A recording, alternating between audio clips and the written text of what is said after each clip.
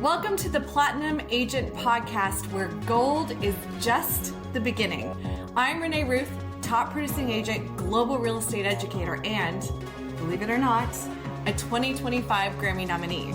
But today I'm here to help you hit the highest level in real estate. This is the Agent to Agent podcast designed to help you grow, scale, and reach platinum status in your business. Expect powerful strategies, expert insights, and real conversations about what it takes to dominate in real estate. And of course, I'm not doing this alone. My co-host Joshua is here too. He may not talk much, he is a dog after all, but he's got a nose for success and a talent for keeping me on track. So if you're ready to stop playing small and start thinking bigger, hit that subscribe button and let's go platinum together.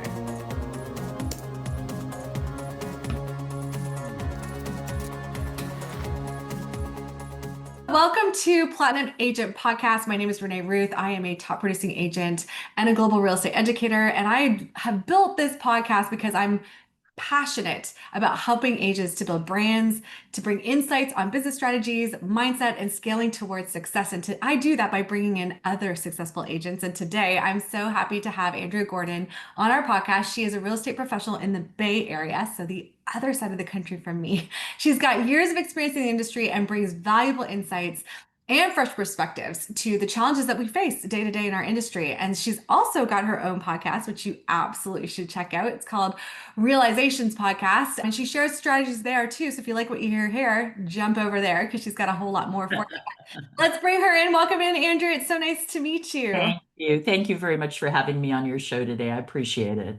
Thank you for taking the time. So I always want to know, how did you get into this amazing industry of ours? But what led you to real estate?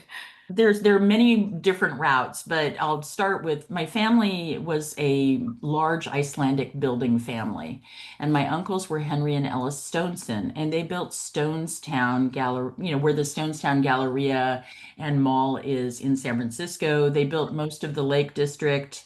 My uncle was Andres Odstad, and he built pretty much all of Pacifica. There's a street named after him. There's a school, Andres Odstad School. Everybody else in my entire family got streets named after them, but unfortunately my uncle was killed in a car crash, and when I was born I was named Andrea, so I was named after him, and I didn't get a street. You did.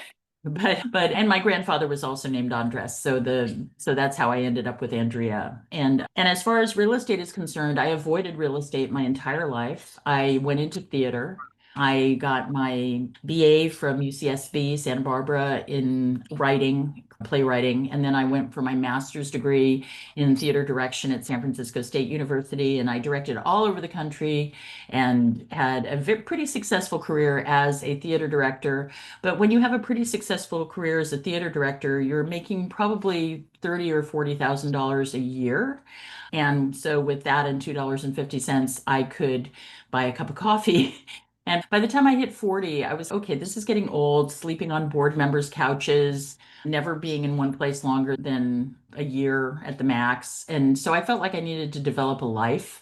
I taught at many different universities, always in theater. But back then, when I was coming up, getting a job as a tenured professor at a university in the humanities was almost impossible because people would hold on to their jobs forever. And as always, the arts were super underfunded. So I was a lecturer. So I was driving in my car, maybe, I don't know, 3,000 miles every 2 weeks to get to all the different places. And it was crazy. And I just had a conversation with myself one day when I had done a production of a play that flopped pretty massively, that I had borrowed money from friends and relatives that invested in it, what have you. And I thought, oh my God, I've got to get money together and pay all these people back. It's horrible. And so I basically faked a job skill set by looking in the paper, because back then everybody looked in the paper. We're talking before cell phones here. And I borrowed a suit from my sister, and I went into an advertising agency and got a job marketing to high-tech professionals, which at the time was ludicrous because I knew nothing about any of that. I just literally memorized it like it was a script, went in there, had the right lingo, got the job. And within 1 year, I had been such a super salesperson that I managed to make enough money to pay back 100% of the people that I had gotten money from for that production. And basically, the morning of the day that I had all the money together, I went into my boss and quit. And I asked him at that point if he knew that I knew nothing about what I was doing. And he said, yeah, but I could tell you were going to be great. So I left there and thought, what else could I sell? I'm really good at selling. And so I ended up selling wine to different hotels. I'm not a drinker, so it was all again fantasy and imagination. But I'm sure you've seen those ads where people are talking about a touch of banana and mossy whatever. Anyway, I was really good at that too. But when you are selling wine, you have to carry wine around with you. It's really annoying. Most of the people that do it have done it for years and years and years. And so I would always get to a hotel and I felt like they bought stuff from me because they took pity on me or something. But again, I did really well.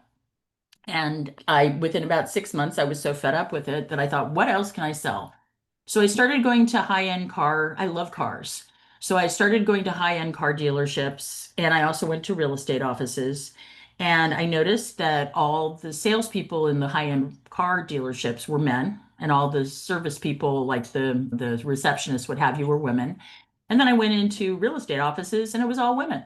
And I thought, okay, I should go where the women are because I will do better here. And so I ended up getting my license, and my first month in the business, I made 6 sales. I was in a little office in Daly City because real estate and theater are completely analogous skill sets. That's why I did so well in sales. I would actually really advise every single person who wants to be an agent to take an improv class because you have to learn to think on your feet. You have to use your imagination. You have to be enjoying yourself. You have to have a joie de vivre about what it is you're doing. And it will help you to get over that feeling because a lot of realtors have a lot of fear around talking to people. And improv gets you over that right away. And you're working very collaboratively with a bunch of people, which is also important in real estate. I'm not suggesting that anybody try to go for it as a profession. I'm just suggesting that as an adjunct to everything else you're doing, getting improv or acting training as a realtor is a really good thing. I've always thought that if I opened up a real estate brokerage, I would go through my Rolodex of all my friends in theater and get them to come join me because it would be a great way for them to make money and it would accommodate the schedules that we have. That's my entry into real estate, if you want to know. Thank you for sharing all of that. I love the improv suggestion, and I'll let you know why. So I came in, I was a university professor for 15 years. But when I was working on my master's, I was doing teaching as well alongside. And they threw me into an undergrad class at Oh, yeah. 24 years of age. Oh, yeah. No one else in the room, and I was to teach my peers basically as a professor. And I remember, like, you talked about improv, like I had to basically go in and I learned after years of teaching classes at different universities and different courses, you just learned how to talk on the fly. Like, you learn, here's a skeleton of what you need to talk about today, and then you just got in and sold the idea to the class. And I Exactly. felt like I was selling them on learning the material I needed them to learn, even though in university, technically they should want to do it. It still felt to me like I had to convince them to do You it. know, no, that sometimes I remember when I was doing my master's degree, I went twice. I went to UC Santa Barbara for my master's, and then I finished up at San Francisco State University. And I had a bunch of the sports team guys in my class. I was the TA in a class, and they didn't want to be there and they didn't want to learn, and it was very hard. What were you teaching? I am curious. Yeah, no, so perfectly. I was getting my master's in communication. So I taught public speaking initially, and then I taught argument and persuasion. And then I also taught interpersonal organizational communication. And then I did a doctorate of education, EDD, but I didn't finish it because I didn't want to leave communication. That was my passion. And if I finished the doctor of education, I would no longer teach in communication. And then Oh, really? all at the same time, yeah, I found out once you have your next designation is the department you teach in. So Oh, if interesting. I got a doctor of education, I would now be in the education department, no longer in the communications department, which kind of, I was like, okay, I guess that makes sense, which is why I got that the university I was at the time did not have a doctorate or PhD in comms. So I didn't have the option. And I thought, you know what? At that point, I was like you, I was approaching 40. I was making $30,000 a year as an educator. Like, just the money wasn't there. And I'm like, I am spending my life and having nothing to show for it. So that was my shift. It was very similar to yours into real estate, not because there was a bunch of women in there, but just because I also had a really bad home buying experience, first time home buying experience. I feel like to talk about, for you, one of the things you discuss is that client first approach. Hmm? That was why I went into real estate because my person that helped me buy my house was just looking to close a deal. And Yeah, and that's a horrible thing, and that is what has given us the really bad reputation that we have all over the world. yes. Yeah, that's fascinating. I'm actually getting my doctorate right now in transformative studies at the California Institute of Integral Studies. I'm doing it one class at a time, so by the time I'm 80, I'll have my PhD, but I'm doing it. So I have a friend, and we've said in our 70s, we're going to Harvard and we're going to get a degree. We're going to start at the beginning, undergrad, like 70s, undergrad, master's, doctorate, and just start it all over. Why not? Yeah. In our 70s, That's actually my motto. My motto is if not now, when? just do it. Yeah, exactly. Nike, Exactly. Nike, just do it. Okay, so yeah, the client first approach. Yes. You want That me to talk about that a little bit? Collaborate, yes. Okay, sure. The biggest thing that clients want from all of us is the truth. That's what they want. And one of the problems that people who are salesy have is that we are people pleasers and it's innate. You don't want to hurt anybody. You don't want them to be angry with you. You want them to be always feeling great about everything that goes on. But the reality is that everybody wants you to just be authentic, be exactly who you are. Your best fit client will find you, you will find them, and be truthful. That's what they're paying you for. They're paying you for the truth. They're paying you to help them through what is a very complicated transaction. And if you are really out for your client's best interests, that's where you'll come from all the time. It's hard. Sometimes you wake up and you don't feel like dealing with people, and it's a people business, so you're going to have to. But the reality is that if you actually genuinely put your client's interests first, it will come back to you like millionfold. That's the truth of the matter. So don't be frightened to actually read all the paperwork and know what you need to talk to your clients about and just talk to them about the things that they need. Like yesterday afternoon, middle of Memorial Day, I had to deal with an appraisal that came back that was bad. Oh, Well, that's not fun. It was $100,000 off. And yeah. my client was understandably very upset. She had been in a bidding war. It went real high. And she was putting down so much money that it isn't actually that material to the deal, believe it or not. But she didn't like it because it made her feel like I'm paying too much for this place. She's actually not paying too much for this place because she was within $25,000 of the next person on that deal. And we had a long conversation, and ultimately she was okay with it because she realized that in the future it will be a good buy. It's a fixer house. It's a huge fixer house that has a unit in it that's perfect for her mother. We've been looking for a very long time, and it meets all of her needs, which nothing else had done. Yes, she's paying a little bit too much right now, but she gets it and she's okay with it. And she signed paperwork that made it okay. We didn't have any more contingencies left, by the way, because we had gone in non-contingent because it was a multiple bid situation and nobody had any contingencies, which is a scary, horrible thing. And frankly, I'm against non-contingent situations, but sometimes you just have to do it. Did she appreciate me at the end of that? Yes. Does she hate me? No. I didn't have to worry about whether or not she trusted me in the situation because I hit it head on.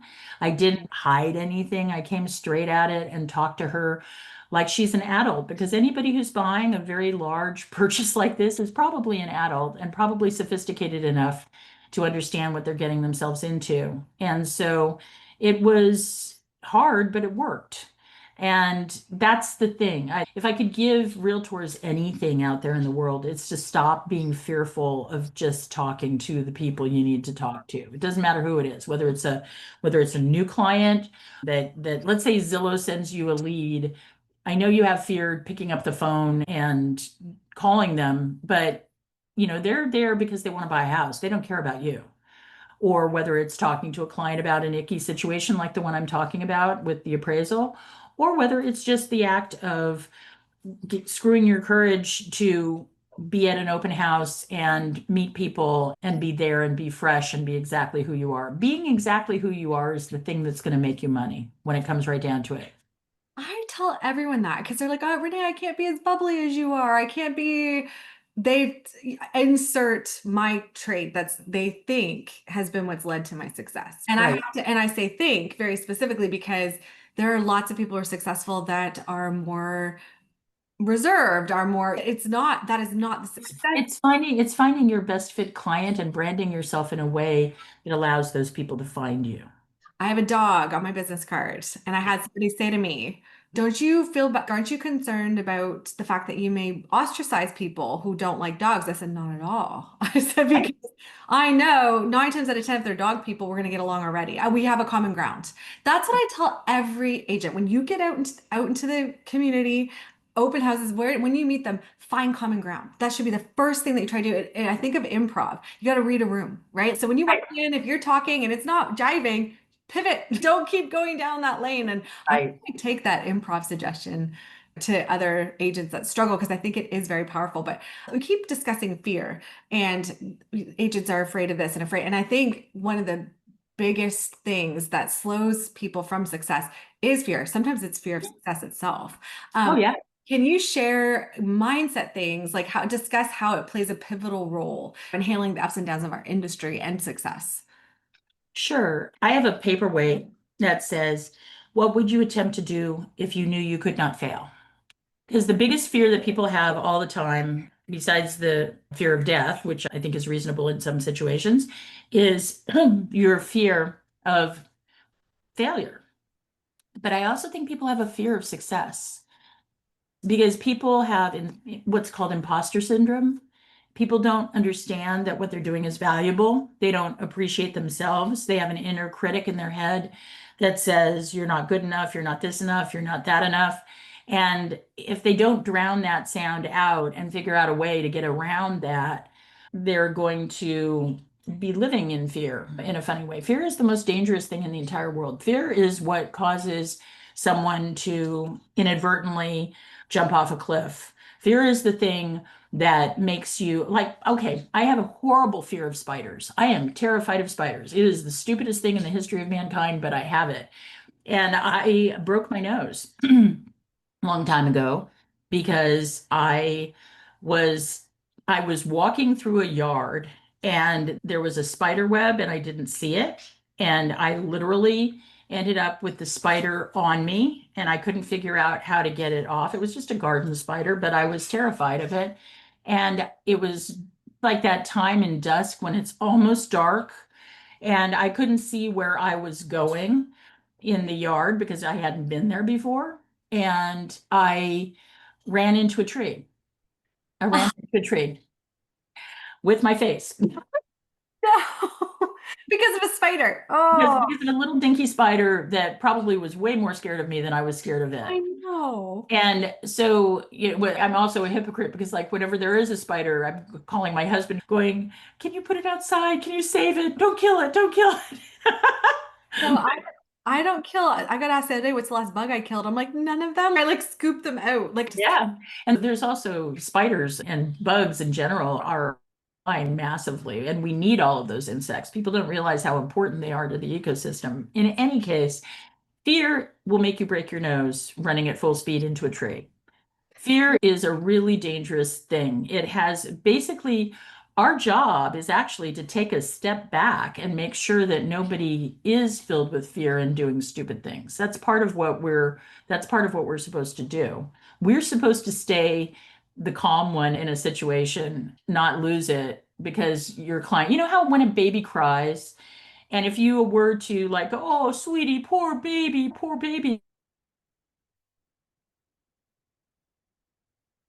oh. they can get over it real fast, right? So we're the ones that are supposed to be going, okay, everything's fine. Don't worry about it. We're going to get there. It's okay. We'll figure out a way. It's okay. Any problem is solvable. There are no way we're one of the things about real estate is that nobody dies. So you just have to remember when you're in a transaction and it feels like everything has gone to hell and you made a mistake. That's another important thing. If you make a mistake, own it immediately. Yes. Immediately talk to your broker, your manager, make sure that it isn't the sort of thing that's going to get you in lots and lots of trouble, but definitely own. People get in so much trouble by not owning up to things. Or if you lie about something, I can promise you that somebody will figure it out pretty immediately. So just don't do it. It's not worth it. Everything in real estate should be the truth. One of the things about real estate that is beautiful is that if everybody is doing a good job, everybody is being honest. That's right. And that honesty is the thing that's actually going to. There and everybody's just doing the best they can. And that's a beautiful thing because that sort of collaboration is exquisite. It is. It is. Okay, what would you say is your biggest challenge in the industry? Is that it? I think that the biggest challenge that I have in the industry is focus, staying focused long enough. I think that's for everybody. I think that the world is very compelling. We've all just been through this gigantic thing called the pandemic, where I sold 7 houses during the pandemic completely online, as in people were not even allowed to go in them and they bought them anyway. Oh, Everybody got really isolated. We all got used to doing everything on Zoom. We all got used to not doing a lot of the stuff that we do out in the world. And I think that being able to maintain focus is very hard, especially when you're new in the business, because there's a lot to it. You're marketing, you're looking at statistics, you're looking at the inventory that's available. You are working with clients to set up appointments at different places. Our job is really complicated. And if you can't stay focused on it, you will not make any money. I have a business coach too. I think everybody should have a coach. And you cannot it's absolutely like clockwork. If you are Christmas holidays, you do absolutely nothing during Christmas holidays, 3 months from then, you will have no money coming in because it seems to be like cyclical where there's a 3 month period between the start of the process to the end of the process. And if you haven't created a pipeline for yourself during that time period, you'll be playing catch up in February and March. So staying focused, even when there's a lot more fun stuff going on, the way I get around that for myself is I time block. I couldn't remotely do the amount of business. I sell a house a week, by the way, folks. Yeah, my average annual sales are 80 million. And this year I'm on track to do around 100 million. So thank you. I'm competitive with myself. I'm not competitive with other agents. And I make sure that I do certain things. The morning is my time to make at least 5 calls to clients, to do all my email. By the way, I have a trick, which I'm going to challenge everybody watching this. I empty my email box every single night. I do not go to bed until there is not a single email in my email box. I'm going to take that challenge one further. Because I taught university online, they moved me to online. I actually, what I did was I would answer the emails as they came in because we had a 24-hour window that we had to respond or we'd be penalized. And I couldn't fathom how I would keep track of the 24 hours whenever emails came in. So I thought the solution is just answer them. So success loves speed. I took that into my real estate business. So there's not a text that I put off. And if I put it off, I leave it unread. So I actually do everything immediately because it's off the mental plate. But if you can't do that, then Yeah. your answer is even better. Just make sure you go to bed with it cleaned. Yeah. Yeah, and I also write a list for myself every night of what I want to accomplish the next day.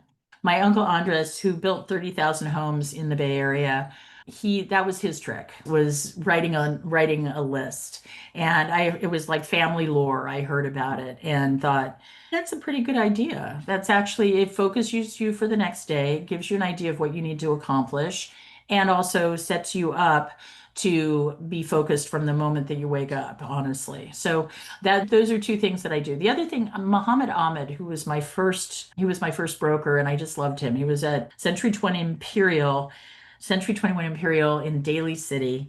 He always said to give out at least 5 business cards. So for many years, I gave out 5 business cards every single day. And the end result of that was that I sold my dry cleaner their house. They introduced me to their church. I sold a lot of the people that were at their church, their houses. I sold the parking lot attendant his house. I sold his mother's house for him. I sold the watchmaker down the streets. I literally, and I got to know everybody in the village where my office was located. And it really helped. It really helped because it starts creating a community of people that are your sphere. So that was a useful thing for me. So how did you, I'm very curious because it's such a great idea. And I always tell agents though, I'm like, if you're going to give out I love that you've quick sidebar. I love that you had the coffee deliverer. They won't include this. If he walks up and he's here you are. And you're like, thank you so much. Mm. Okay, coming back around. So I love how you made that comment about the business cards because I tell everybody, I'm like, your business cards are really supposed to be a connection piece. Mhm. Just think, oh, if I hand out my card, I'll get business. Drop a card. What they don't understand is it gets left where you dropped it unless you do what. So that's why I wanted to ask you. I was like, so what when you pass out, because it is not just the card passing out that matters. It's No, it's the connection. It's definitely the connection. These are people that I deal with in my daily life whose services I use. So why wouldn't they use mine? So like the guy who would trim my trees. I had his card because he stuck it on my mailbox. I gave him my card because he was there trimming my trees. So you just make sure that there is a personal connection of some kind.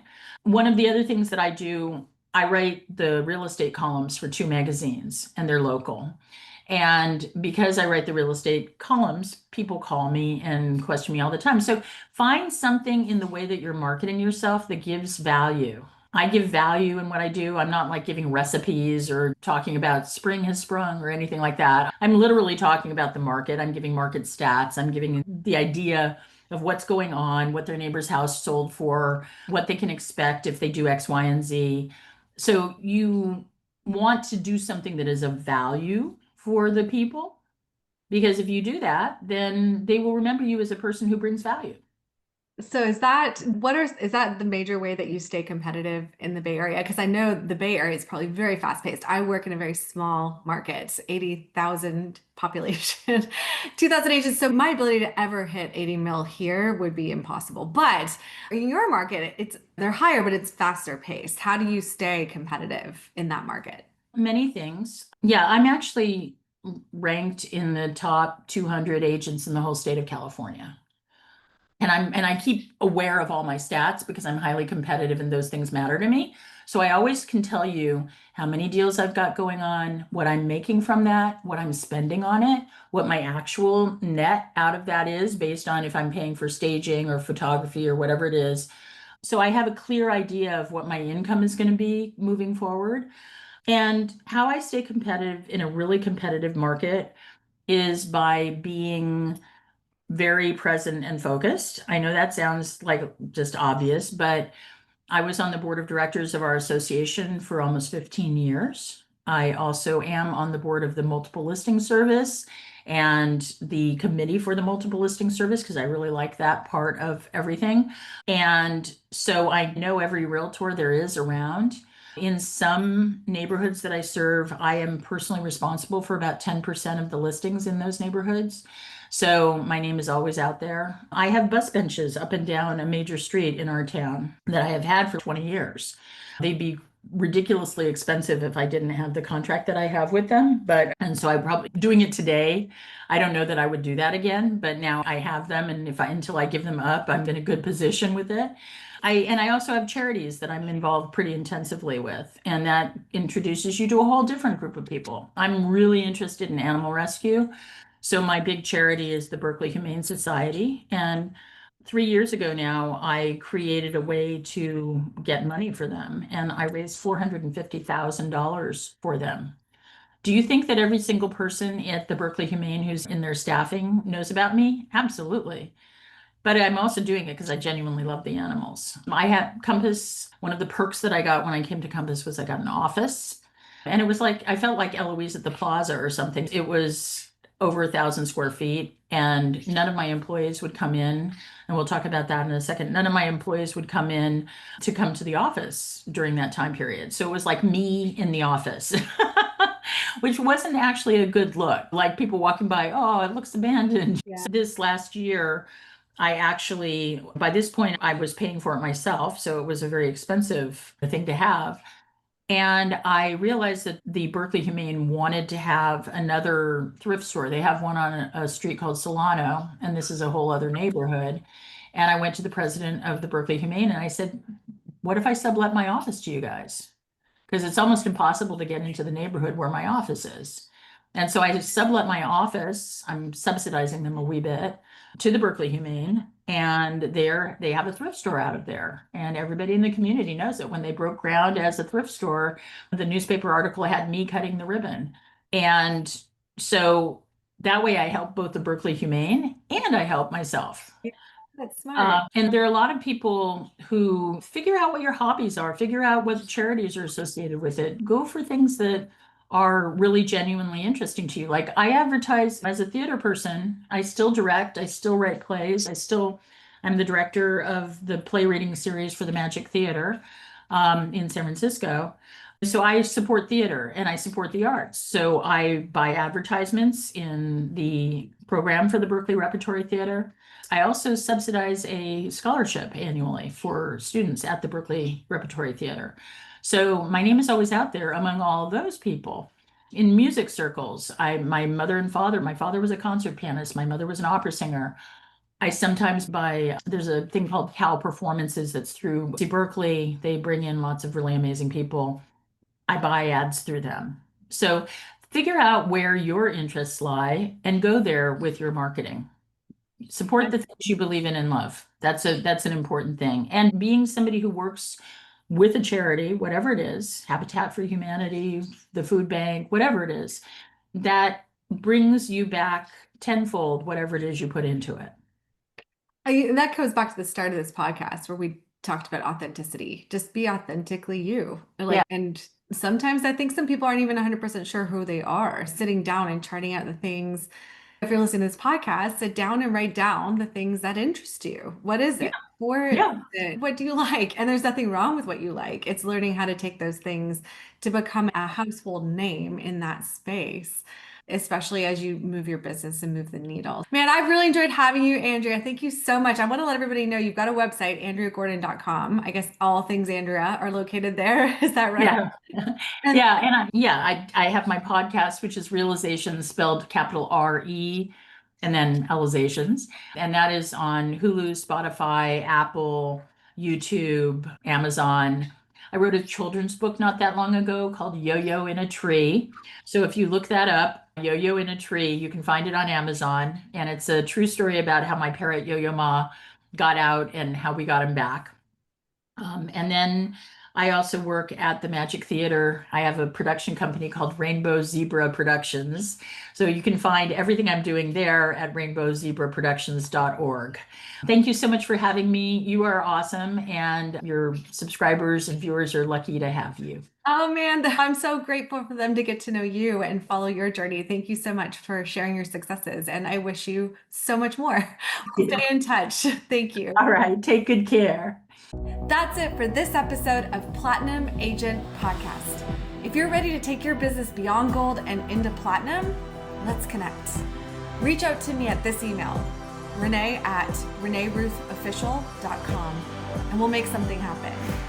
Don't forget, hit subscribe because Joshua and I will be back with more insights. Until then, go platinum.